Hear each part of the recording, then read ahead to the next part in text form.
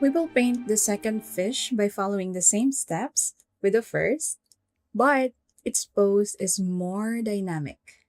And we will use more colors to practice letting go of the pigments blending on the paper. You know, the art of letting go. I'll sketch lightly for the guidelines and use edgy, geometric shapes to simplify it. It's totally up to you if you want guidelines or would like to jump straight to painting.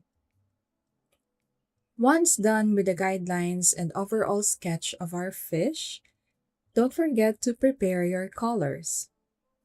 I'll use blue as my secondary color, specifically phthalo blue, which really goes well with magenta. Like the first fish, I'll work on the body and start with a light mixture of pink to cover the whole shape, rinse my brush, and grab blue to drop on the upper part. Don't forget to darken the part where the eye and mouth are. As tempted as we might to mix the paint that are already on the paper, I highly encourage you to let go and let the pigments blend with each other. And with water.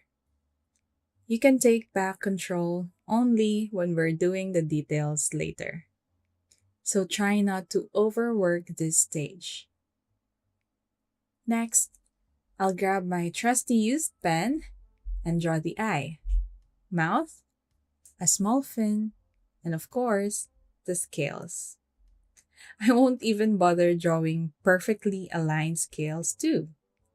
I'd rather embrace imperfections and be satisfied with how this looks.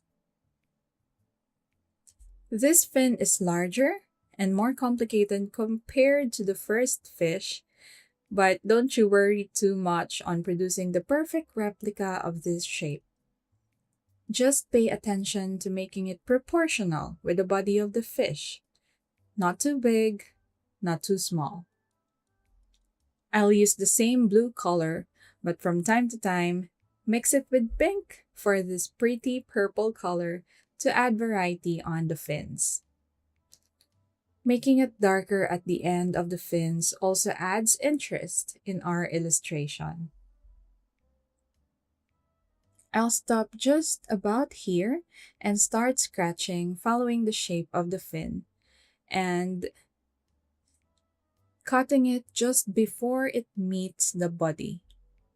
Don't rush and be careful not to lean on the wet paint. You can rotate your paper if needed and carry on with the process. This is looking so pretty and I like it. Lastly, this fin is all that's left and we're done with our second project.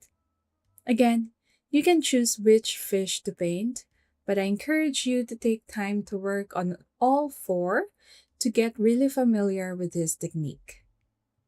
Because once you've mastered scratching and find the perfect tool to do it, you'll surely get addicted to it and have lots of ideas on where to apply this illustration style. To name a few, I love scratching dresses, animal fur, hair, and patterns on dresses, houses, and literally anything that requires small, thin, defined details and line work. I hope you're enjoying this class so far.